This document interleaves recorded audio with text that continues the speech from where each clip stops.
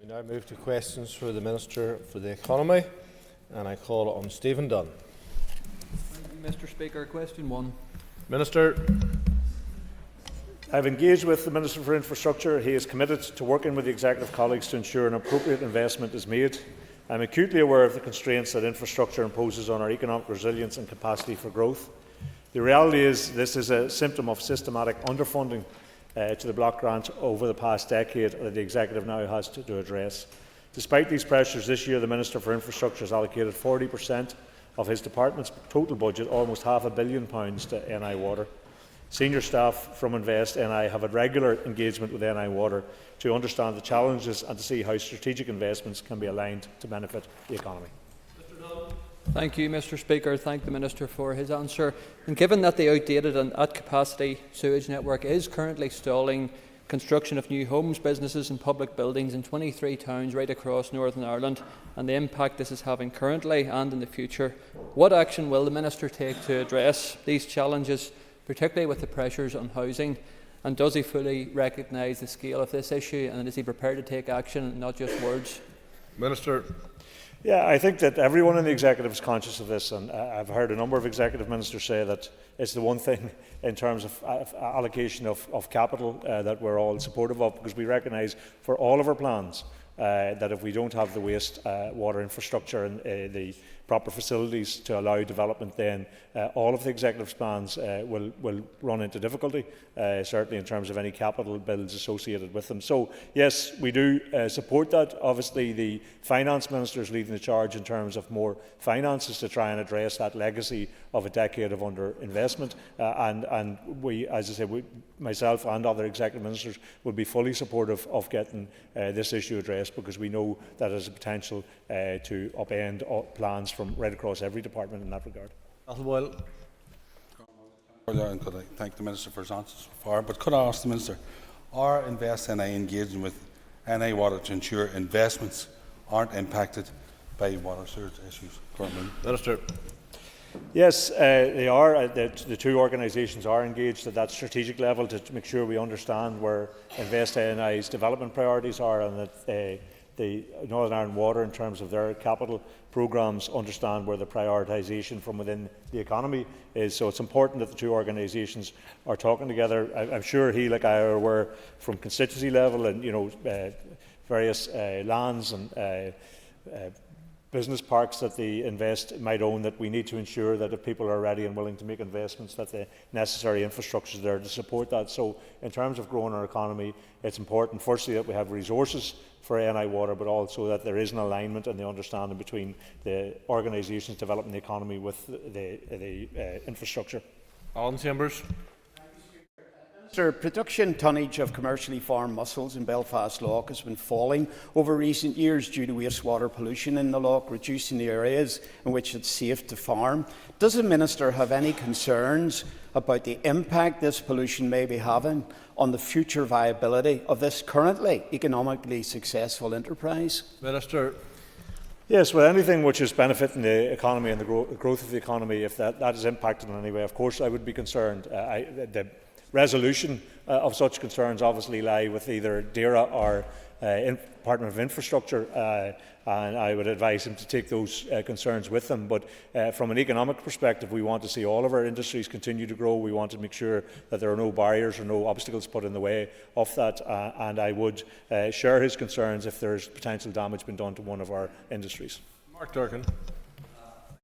Speaker, agus buíochas leis an éire fáinne a freagraí go dtí seo. The Minister will be aware that in Derry, water infrastructure is a key challenge facing the expansion of Magee, as referenced in the report from Stephen Kelly and the Magee Task Force. Has this specifically been raised in the Minister's conversations with his counterpart in the Department for Infrastructure? Sir.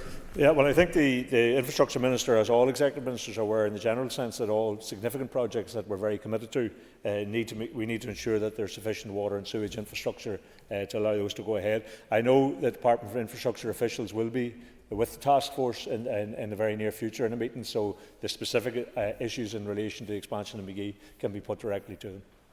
Maurice Bradley. Here, question 2.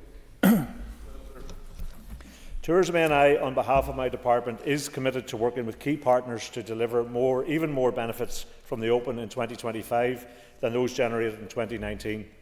The previous event brought more than £100 million of combined economic and media benefit for the North, delivering huge global broadcast reach and PR coverage. Tourism NI is working closely with Causeway Coast and Glens Borough Council, both of whom are on various multi-agency planning groups. The local business and community group, chaired by the Council, is working with the RNA and its suppliers on opportunities for jobs, training and volunteering for the local community, as well as overall supply chain benefits. Work with partners is underway to deliver a local and international promotional campaign. Mr Bradley. Thank you, Mr Speaker, and I thank the Minister for his answer. Minister, the whole reason behind the question was the huge spin-off, as you have already alluded to, from the competition in 2019. However, Portrush itself was described as a ghost town. There was very, very little footfall into the peninsula itself, and therefore the business traders lost out in the overall economic benefit for the competition. Mr.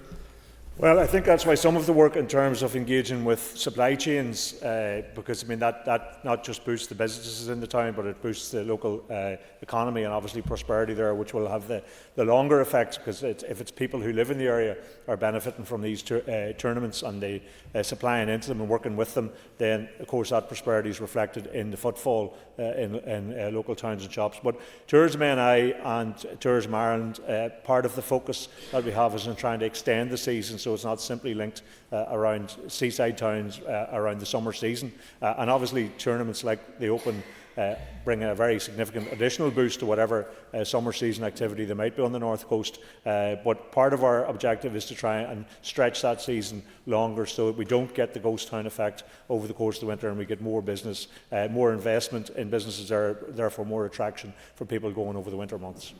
Philip McGuigan. Tourism and hospitality is obviously a very key sector for Causeway Coast and Glens Council area, and every year would receive numerous visitors from overseas. Can I ask the Minister what he's doing to address the threat to tourism to the Causeway Coast and Glens and right across the north posed by the introduction of the British Government's ETA scheme? Yes, well, I had written to the Minister responsible in the last government in Britain. I've consistently made my concerns clear in relation to this. I think this is, I concur with the view of the sector and the industry that this is potentially very damaging to us going forward. So I did write to the previous minister in the last administration in London.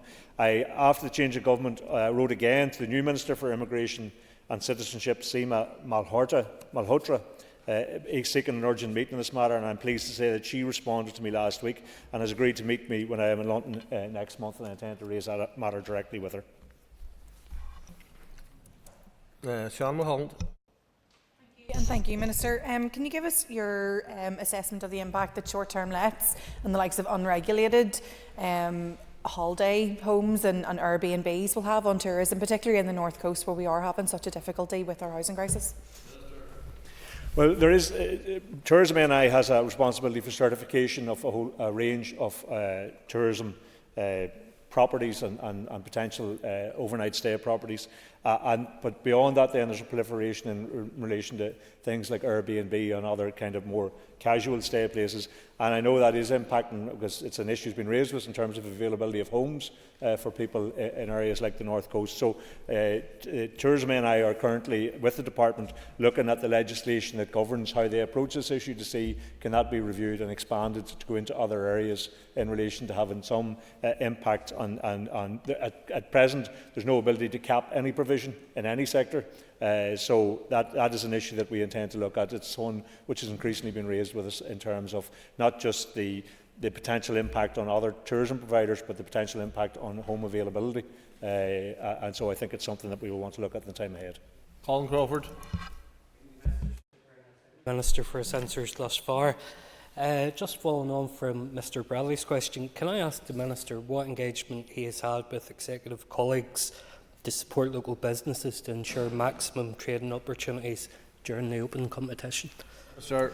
Well, alongside the Minister for Finance, we met up in Royal Portrush Golf Club with the people who were the chamber, the local chamber there, and got a briefing in relation to the tournament itself and how that's been organised and all of the spin-off that is hoped to be achieved from that. And of course, our agencies are fully engaged in ensuring that that is as beneficial as can possibly be, not just in terms of the coverage that it gets and not just in terms of visitors that it attracts, but in terms of the spin-off into the local community, in terms of supply chain and other opportunities that there may be there. So we will continue to engage in that. I know all of the executive are excited about the prospect of the Open coming here next year. I'm sure the First and Deputy First Minister will be involved in promoting that to make sure it's the best possible tournament. But I'm very happy to work with all executive colleagues to make sure we get maximum benefit out of it. Minister, as well as working with Causeway Coast and Glens, I would encourage you to also work with Mid and East Antrim Borough Council to promote and highlight the two of our great assets that we have on the North Coast, our World Heritage Sites, namely the Giants Causeway and the new Murrayville settlement at Grace Hill. As part of this promotional package you've talked about for the Royal Portrush, can you assure me that both of them World Heritage Sites will be included in that marketing campaign? Minister. Well, the entire north will be covered in the marketing campaign for it, because this tournament just doesn't, the visitors that come here don't just come for 3-4 days to the North Coast. They will come right across the region, and there will be a very significant marketing effort to ensure, firstly, that people do come here and do stay and do enjoy it and do spend money and do spend longer than perhaps the course of the tournament itself, but also that the promotional activity, and if he did watch coverage of the Irish Open in County Down last month, he would see that the promotional material then shot in the breaks from the actual golf itself were highlighting all of our tourist attractions and all of our landscapes right across the north and across the island generally. So there will be a significant push to make sure that we maximise the benefit right across the board from this. Matthew Drill.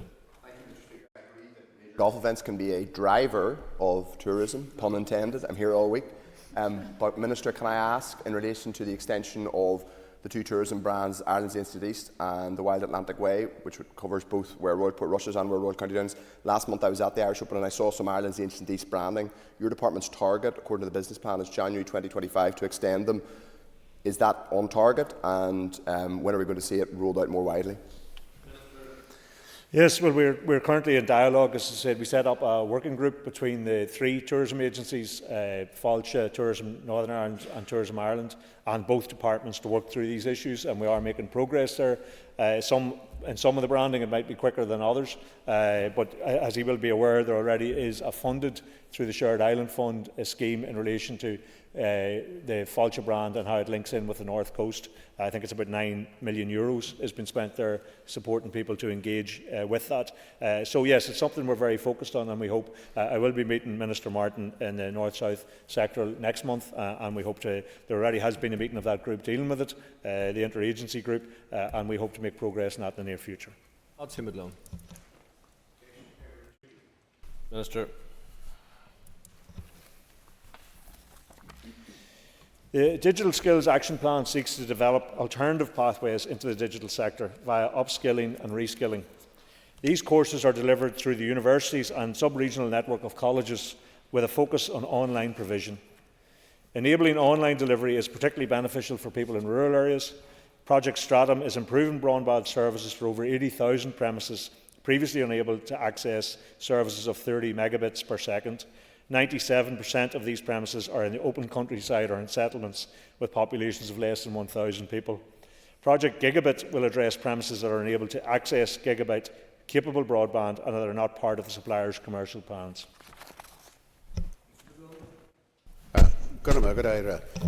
Minister, as you know, Mid-Ulster is a manufacturing hub, well established by now, but it's also particularly vulnerable to automation. So the digital skills are particularly important to develop here. But what specific plans would your department have in regard to, for the industry, on digital skills? But especially so, what plans have your department got in a wider area to maximise and optimise the best uses of AI? Minister. Well, we are engaging with that. I spoke at a conference last week in relation to AI to make sure that as part of our plan going forward. There's a significant debate around the use of AI. Some people see it as a threat, other people see it as an advantage. It is, in effect, a tool that can be used, and it can be used in a beneficial way if it is used properly. So we do need to engage with that. We firstly, the purpose of the Project Stratum and Project Gigabit was to make sure that people are connected, so they have the ability to actually access online services and online content, and then to make sure that we develop courses and skilling opportunities in such a way as that people can access those. And that's why this is spread right across our regional network of colleges and courses delivered online as well, to make sure that's available to them. But yes, we're increasingly getting into the use of AI and determine how that will be used. It will be, in the not too distant future, I intend to bring a paper to the Executive to have a discussion about how the Executive as a whole engages with the whole area of AI, to make sure that we have policy in that regard, but make sure that we have a clear understanding of what possible benefits it can bring, what use it can be in terms of our own public sector services that we deliver, but also in terms of the growth of the economy. Kate Nicholl. Thank you, Mr. Speaker. Thank you, Minister, for your answers so far. I'm conscious that in terms of delivering the digital skills pipeline, lifelong learning is going to be really important. And I'm curious as to what plans the Minister has to address the cultural perception that learning stops when you enter the workplace, because this is going to be so important. So what plans you have and any programmes you'll have to enhance that? Sir. Well, the plan for digital skills does focus on lifelong learning as well as access into this area. So it is about reskilling and upskilling, as well as that. The £12 million that we set aside at the start of the summer for skills, again, has a focus on lifelong learning.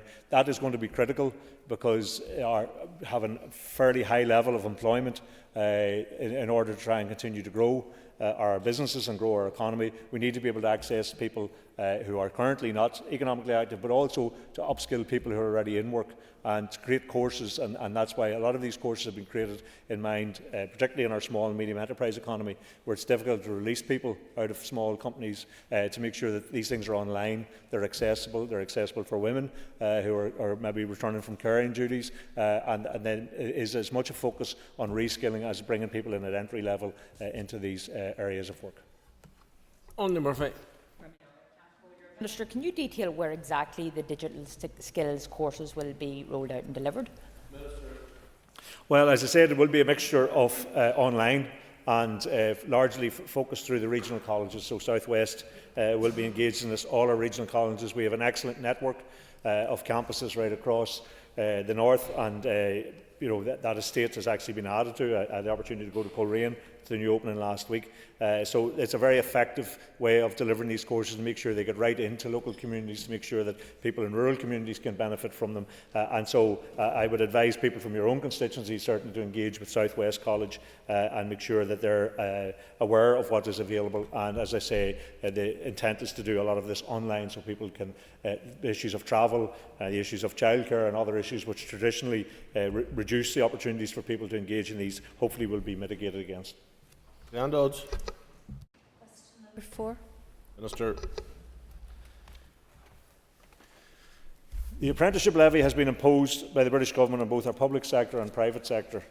The Independent Fiscal Commission concluded that there is a strong case for devolving the levy, not least because it complements the Executive's responsibility for economic development and skills.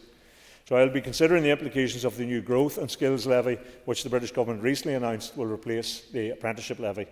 Having done that, and as necessary, I will liaise with my colleague, the Finance Minister, who is responsible for leading on fiscal matters with the British Government. Ms Dodds. Thank you, Mr. Speaker.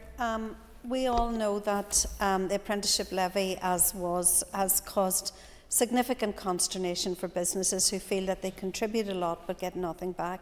Could the Minister tell the House how much money is involved in this, and whether or not doing this locally but ring-fencing money for skills would be of benefit to the economy? Minister. The latest figures show that approximately £73 million was raised by businesses here. The difficulty for us is that is not set back in a ring-fenced manner. It comes as part of the block grant. So I would gladly welcome £73 million coming into the department to put towards apprenticeships and skills, but that would be obviously then a debate for the executive as a whole, because they'd be taking it off other critical public services to do that. So, and I get the frustration of business input when they don't see the value of that output back into them. Of course, we are investing ourselves about, I think, £30 million in apprenticeship training annually, but still, in terms of the investment, it's a consistent theme from businesses that I meet, and I'm sure the member herself meets, that they don't see the value in this. So I am interested to see what changes the current government might make in relation to that, and of course we will be making representations like that to them to say that we need to see the benefit back to us. Annie Baker.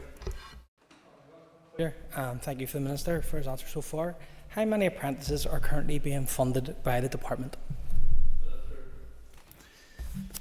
As I said, there are there's a department invests about £30 million in apprenticeships.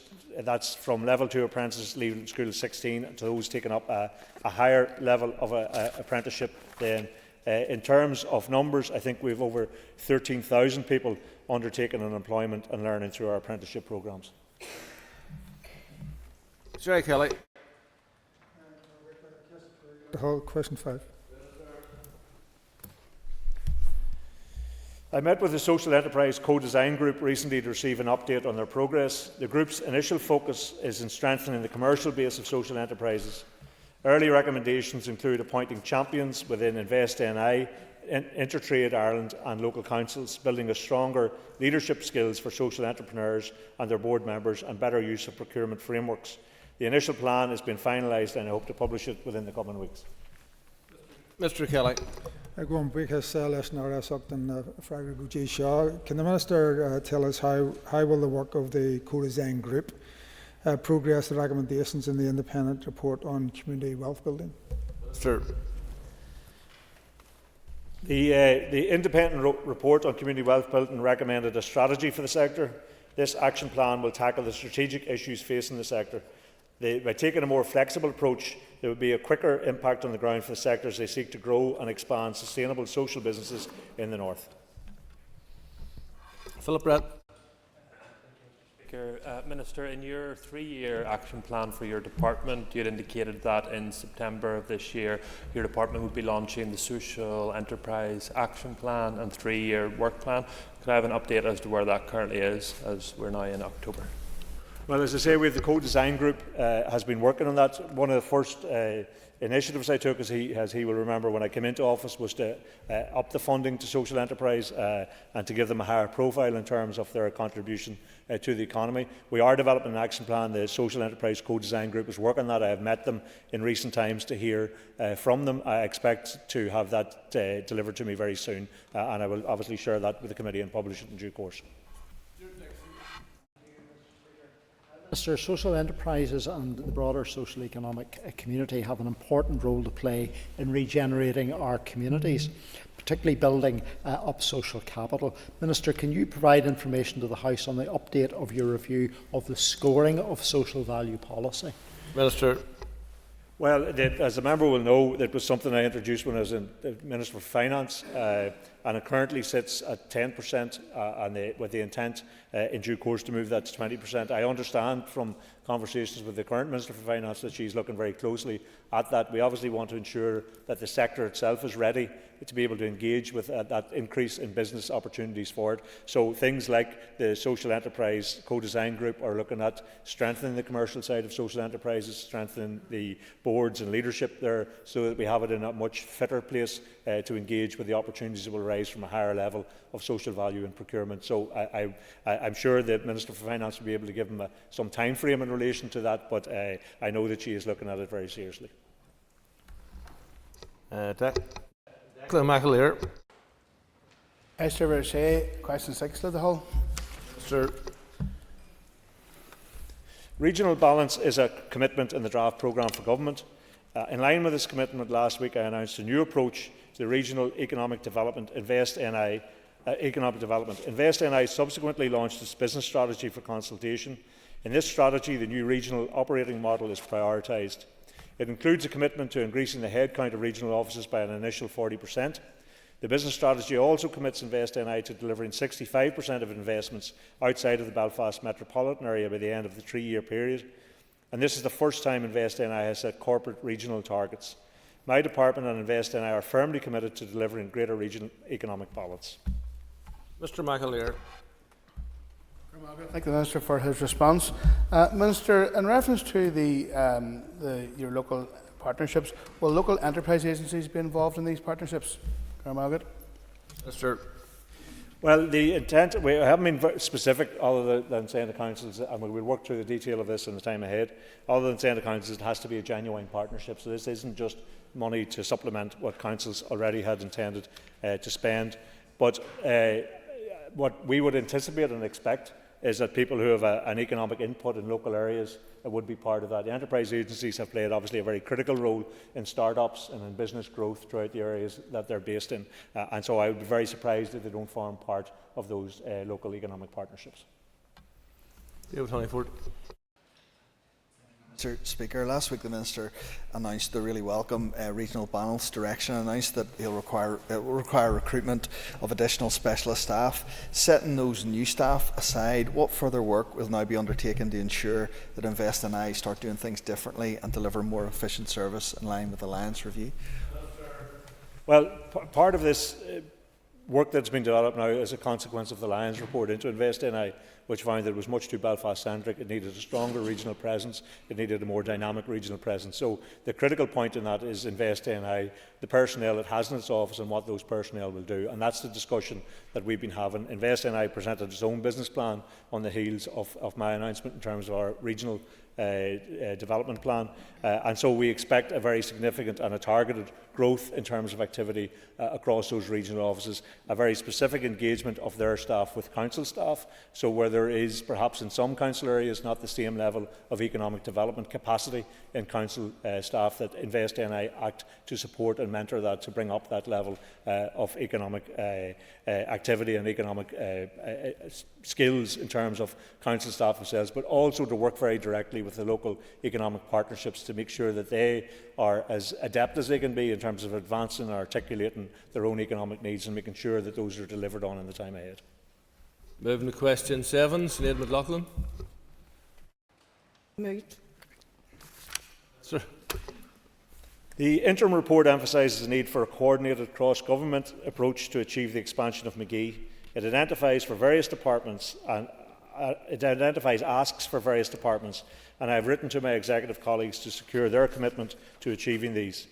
Progress is being made on the asks. For example, I recently announced my intention to provide access to tuition-free loans to graduate entry medical school students here in collaboration with the Department for Health. Officials are currently finalising their membership and terms of reference for the cross-departmental group, building on the ongoing engagement with departments. Department of Health are already a member of the task force, for instance, and infrastructure officials will be presenting to the task force this week. The task force are on course to produce the final action plans by the end of the year. Ms McLaughlin. Minister, thank you for that answer. Will the Oversight Group publish regular updates on the progress, and if there are any barriers or blockages, will they be brought directly into the Executive so that we can overcome any issues quite quickly? Well, as the member knows, the commitment to 10,000 students at McGee is now part of the programme for government, and therefore that means it's a whole executive commitment. So it is my intention, as I said, to raise with executive colleagues the report and what asks are contained within that, and to ask that they engage with that. A lot of, as I said, departmental officials are already engaging there, and that has been very productive so far. So, of course, if there are issues that arise which present obstacles or barriers, we will want to address those as quickly as possible, and I will look, if that needs be, to my executive colleagues to support us in doing that. Padraig Largy. His answer so far. Minister, how much funding has been committed to the McGee expansion so far? To date, £152 million has been committed to the McGee expansion. That includes £38 million from the Shared Island Fund for a new teaching block, as well as investments from City Deals and the Inclusive Future Fund and University of Ulster University's own reserves. Additionally, in 2024-25 budget for my department included £4 million in resource funding and £14.7 million in capital funding for McGee's expansion. These funds are being used to support additional student places, enhance the physical environment, carry out communications and marketing activities, and acquire land and buildings.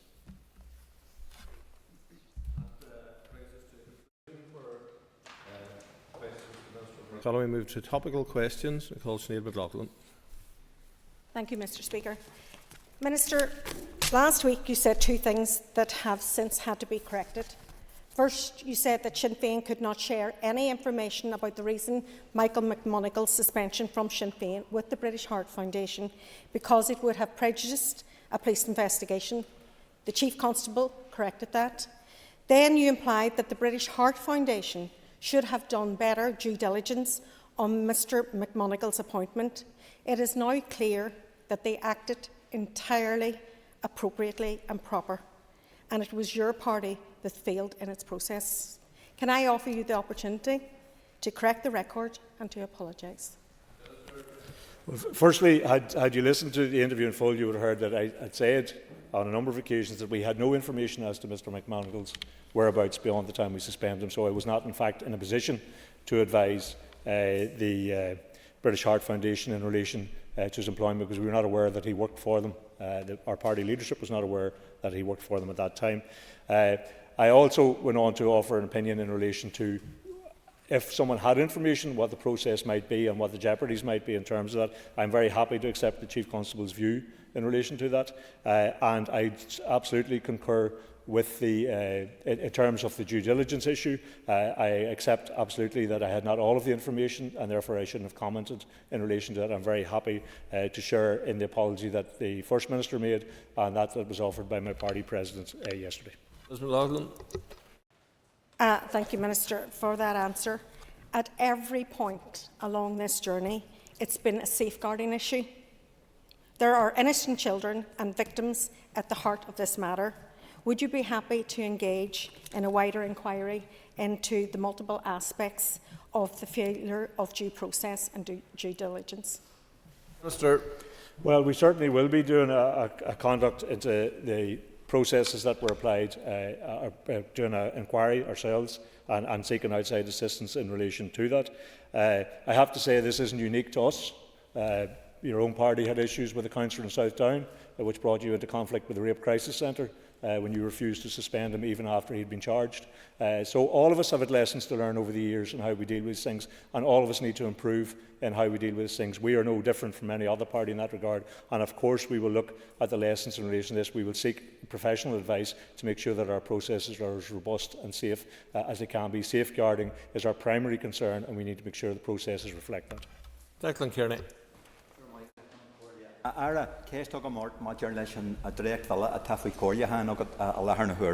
there's a high level of expectation, Minister, within the Irish Congress of Trade Unions and other social partners with regard to your employment bill, which is out for consultation at this point in time. Can you provide the House with an update on that particular consultation at the moment? Minister. Yes, the consultation closed, as you might be aware, on the 30th of last month. We have had 192 responses to the consultation, was quite significant. We did, as I'm sure he is aware, did a lot of pre-consultation. We did consultation during the consultation process, and we will continue with the dialogue with those organisations, particularly with business organisations and in particular with the trade unions themselves. And those have been very productive conversations, and where we have managed on many occasions now to get trade unions into the room with business organisations. Those as well have been very productive conversations, because it leads to a much greater understanding between the balance of protecting workers' rights and the needs of businesses at times in relation to that. So we are obviously going to assess the responses to the consultation, and we will begin the drafting of the legislative process next year, with the intent very clearly of bringing this bill through the Assembly processes before the mandate is out. Mr Kearney.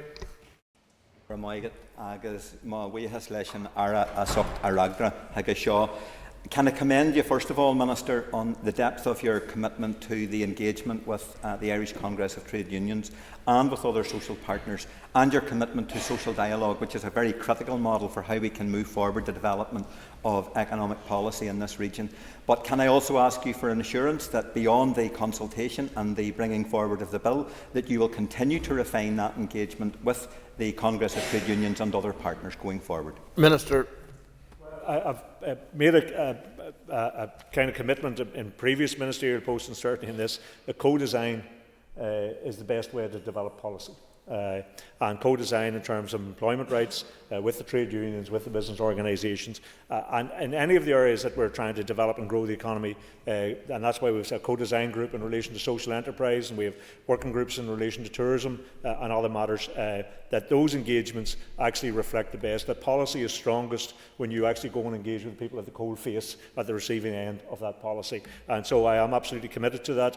I value very much the input that Irish Congress of Trade Unions have made in that, and a range of other areas that our department are dealing with, and I look forward to continued engagement with them. Nick Matheson. Thank you, Mr. Speaker. The Minister will be aware that the development of a careers portal for Northern Ireland has been in the mix for close on a decade now. Can the Minister confirm when the careers portal will be delivered? The tourism strategy, I presume he's referring to. Careers portal. Oh, sorry, I beg your pardon, I picked you up wrong. Yes, the development of careers advice and consistent careers advice is something both myself and the Minister for Education agreed, I think, at the first executive meeting that we had when the Assembly was restored. And we've been working together and continue to work together, and we're making very substantial progress in relation to that. So we want to ensure that careers advice is consistent, is delivered uniformly to every child, and that ensures that every school gets access to that. And that has not been the case, and it isn't the case at this time. And we want to make sure that advice is up to date, as up to date as it can be in a very fast-moving technological world, but that advice is up to date. Part of that will be a careers portal, so that parents can access the same information as themselves, rather than just whatever is delivered through the schools. And so we've been working very diligently in relation to that. I would hope that in the not too distant future that we have some announcements to make in relation to that. Mr. Matheson. Thank the Minister for that update, and I'm sorry if my question wasn't delivered clearly in the first instance. Can the Minister provide any information on what engagement he has had with businesses in Northern Ireland around the development of the careers portal to ensure that it is fit for purpose when developed? Yes, we have a Careers Advisory Council as well, so all of these matters are interlinked, and there are business and business organisations and people with very senior business experience involved in that. And the ongoing contact between ourselves and business and trade unions and others in relation to careers is critical, because, as I say, we have a very fast-moving technological economy. That's a growing sector that we have. Our strongest reputation is in our skills.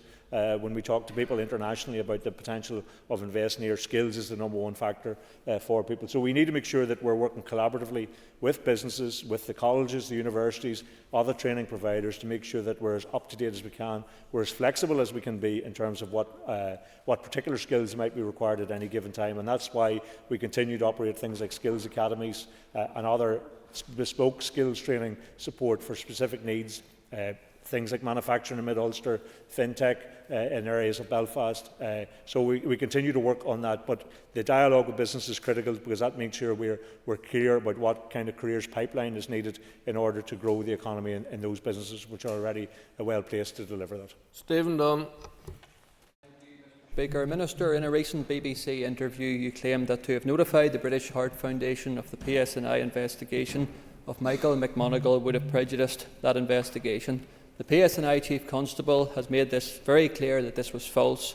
As Minister with responsibility for employment law, do you now accept that your comments were completely wrong? Well, as I said in the previous response, if you had listened to the full interview, you would have understood I made it clear I had no information in relation to Mr McMonigal. I went on then to have a theoretical discussion with the journalist about what our responsibility of an employing organisation would be in those circumstances. I accept the Chief Constable's take in relation to that. I'm very happy to bow to his greater knowledge of the law on these matters than me, and I'm very content with that. Mr Speaker, what due diligence did you carry out as Economy Minister before making these inaccurate comments, and will you now correct the public record and clearly apologise? Well, as I said, I have offered an opinion in relation to that. That opinion has been corrected by the Chief Constable in terms of his view on these matters, that if someone did have information which was very clear that I didn't, nor did my party leadership, then it wouldn't be inappropriate to pass it on to a subsequent potential employer. I'm very happy for that to be corrected. If that is the view of the Chief Constable, I'm very happy to accept that. Cathy Mason. Can I ask the Minister for an update on the Downpatrick flood support scheme? The total amount allocated to the Department for the Economy, for flood support has been £9.7 million.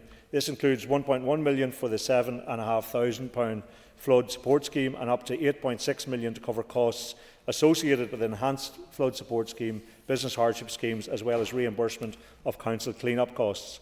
As the councils are still administering the schemes, it is not possible to provide an accurate estimate for the projected underspend. Mrs Mason. Thank the Minister for his response. Minister, businesses in Downpatrick have really welcomed this scheme as a lifeline to try and get them back on their feet. However, as you'll know, many of them are still struggling. There are also a number of sports clubs in the areas that have been impacted, and they have received no support at all. Can you provide any detail on plans for any surplus finances and whether this can go towards further supporting businesses and sporting organisations in Downpatrick? Well, the Council, Uri Moreton Down District Council, intend to write shortly to me to set out how they believe any underspend could be utilised. And based on discussion with council officials, it's anticipated they will suggest the money will be reallocated elsewhere. For example, some reallocated to the Department for Infrastructure to administer a flood mitigation scheme. But we're very happy to receive those propositions, look at areas that perhaps haven't received support, and try and ensure that the entirety of that money is spent on flood mitigation and flood support in that area. Keith Buchanan. Speaker, Minister, you'll be aware of the appointment by the University of Ulster recently there of Stephen Farry and Jodie Carson. Are you content with the process? Well, the university is an autonomous body when it comes to its own appointments and its own recruitment. And I have had this question sent to me in written form, in which that response has been delivered to people. That is their responsibility. I saw in a public statement somewhere how they outlined that the appointment process for this, the two posts I think that they created for Mr Farry and another person, but they have a responsibility for that. It's not a responsibility for the department. They have autonomy in relation to how they do appointments. Mr Buchanan. Thank you for your answer so far. Minister, you obviously hold the responsibility for both higher education and employment rights. So, in a recent communication with the Electoral Commission, they refer to, equal opportunity, is the equality of opportunity. Was there equality of opportunity in that process? And will you commit to having your officials do an investigation and report back to this House on their findings? Well, as I say, the university has its own autonomy. It may be well the case that your colleague beside you in the committee invite them up to have a discussion in relation to this.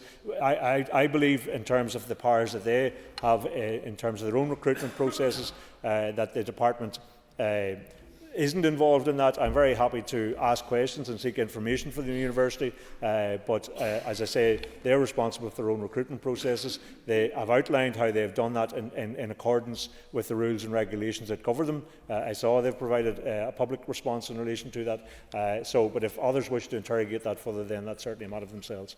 Deborah Erskine. In your interview with the BBC, you said that you had no contact with Mr McMonigle afterwards, and you did not know what he was doing or anything more about him. Once again, Minister, this is incorrect, given that Sinn Féin's head of HR was notified. Was due diligence carried out internally by your party in party communication or with the British Heart Foundation? And you have said that you do apologise, but will you apologise directly to the British Heart Foundation, who have been slurred by you in recent media commentary? Minister. Well, firstly, I have not been slurred by me, but secondly, there was a person who was informed, and we only learnt that last Thursday. So the party leadership who were responsible for the dealing with Mr McMonagall. We're not aware of what his movements or what his engagements or what his employment was after he was suspended from our party. We weren't aware that two people had given him testimony, had given him references until the Wednesday, I think before our Ardèche, the Wednesday at the end of September. And we weren't aware until last Thursday that that had been verified by a person from HR. So the party itself, corporately, who were dealing with this issue, were not aware of any of the actions of any of these three people. And therefore we were not in a position to advise the British Heart Foundation of any matter in relation to his employment. So that has been put as the First Minister as a matter of record, and I concur with that. I also concur with all our sentiments in relation to the British Heart Foundation and that of my party president. Ms. Erskine. Minister, I did ask, will you directly apologise to the British Heart Foundation yourself? Minister. Yeah, I think if she'd listened to my previous answers, I have directly, and I'm happy to repeat it for her so that you can understand. Yes, I do apologise to them for not engaging in all of the facts in relation to the due diligence issues that we talked about in some of the interviews. If I had known all of the facts, I certainly would have not made those comments. And that concludes questions to the Minister for Economy. We now move to the next item of business. If members would just take their ease for a moment before we resume that business.